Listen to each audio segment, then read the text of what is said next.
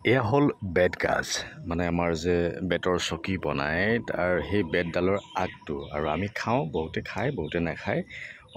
যিসকলে খায় তেওঁলোকেতো গম পায় কণীৰ লগতো বনাই খাব পাৰি বা আলুৰ লগতো বনাই খাব পাৰি বা আমলৈ টোপৰ লগতো বনাই খাব পাৰি বিভিন্ন ধৰণে খাব পাৰি আজি আমি পুৰি খাম অৰ্থাৎ মায়ে পুৰিছে আৰু আমি এই ৰেচিপিটো আজি খাম অলপ কেনেকৈ কৰে অলপ দেখাই দিছোঁ আৰু এটা মিনি ব্লগ বুলি ধৰি লওক আৰু পুৰি মেলি কি কৰি আছোঁ ভালকৈ চাই লওক বিৰাটেই ভাল লাগে আচলতে গাঁৱত আহি এইবিলাক কৰি বিৰাটেই ভাল লাগে আৰু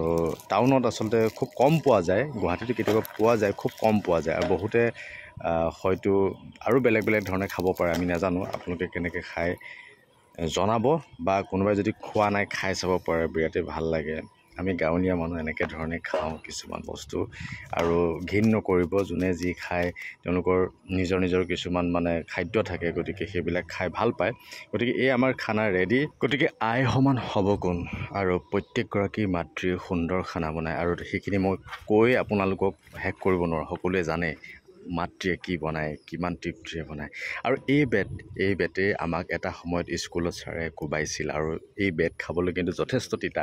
গতিকে সকলোৱে চাগে আজি নষ্টালজিক হৈ পৰিছে ভিডিঅ'টো দেখাৰ পিছত আগতে তিতাখিনি কৈ এতিয়া মিঠাখিনি কৈ দিছোঁ আৰু যিমান পাৰে শ্বেয়াৰ কৰি দিব আৰু সেই সময়খিনিলৈ সকলোৰে মনত পৰি যাব bye bye love you all